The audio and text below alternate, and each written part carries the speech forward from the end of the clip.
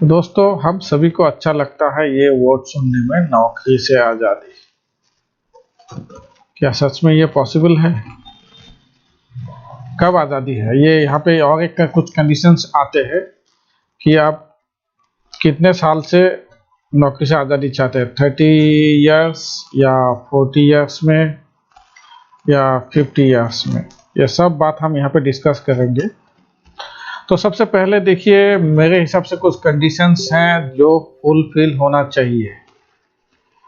पहला वाला कंडीशंस हो गया आपका, देख लेते हैं यहाँ पे, how much money do you need in a month. मान लीजिए अगर आप घर चलाने के लिए उसके अलावा कुछ पैसे आपके पास होना चाहिए, बच्चे के स्कूल फीस सब कुछ मिला के, इलेक्ट्रिसिटी फीस, घर का खर्चा सब कुछ मिला के मान लीजिए आपको मेहनत चाहिए 50K। ठीक है, तो उस हिसाब से आपको एक साल में चाहिए 6 लाख रुपीस। इतना अमाउंट तो आपको चाहिए। तो अगर आपको आज़ादी चाहिए तो कहीं पे आपका पैसा निवेश करना पड़ेगा जहां से पैसा आराम से आए, ताकि ये जो सैलरी से जो आपको पैसा मिलता था वो वाला कंपनसेट हो जाए, है ना। तो मान लीजिए आपका जो हो गया 6 लाख एनुअल इनकम, उसको लाने के लिए आप 10% रिटर्न मान सकते हैं कि मुझे 10% रिटर्न मिल जाए तो मुझे 6 लाख मिल जाएगा। तो उस हिसाब से आपको एक साल में चाहिए 60 लाख रुपीस। ये कम नहीं है दोस्तों। अगर आपको 60 लाख रुपीस चाहिए तभी आप कमा सकते हैं। 60 लाख होने से भी नहीं चलेगा, उसके ऊपर आपको 10% एनुअल रिटर्न लाना पड़ेगा। 10% एनुअल रिटर्न बहुत ही आसान है। आसान मतलब मैं ये कहूँगा कि आमतौर पे ये नॉर्मल है, एकदम नॉर्मल है।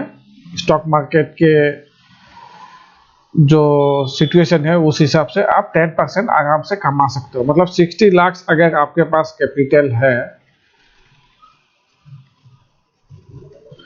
तभी आप जाके कमाओगे एनुअली 6 लाख रुपीस, है ना। अब इसमें और एक कंडीशन है, आप जब 6 लाख कमाओगे तो आपको 15% टैक्स देना पड़ेगा गवर्नमेंट को। मतलब 6 लाख पे आपका आ जाता है 90,000 आपको देना पड़ेगा टैक्स। मतलब आपके पास आके रहेगा 5.1 लाख रुपीस, क्योंकि बाकी आपको टैक्स देना ही है, क्योंकि ये आपका शॉर्ट टर्म कैपिटल गेन्स पे आएगा। ठीक है, तो अगर 5.1 को हम डिवाइड करते हैं 12 महीने से, यहाँ पे मेरा कैलकुलेटर है,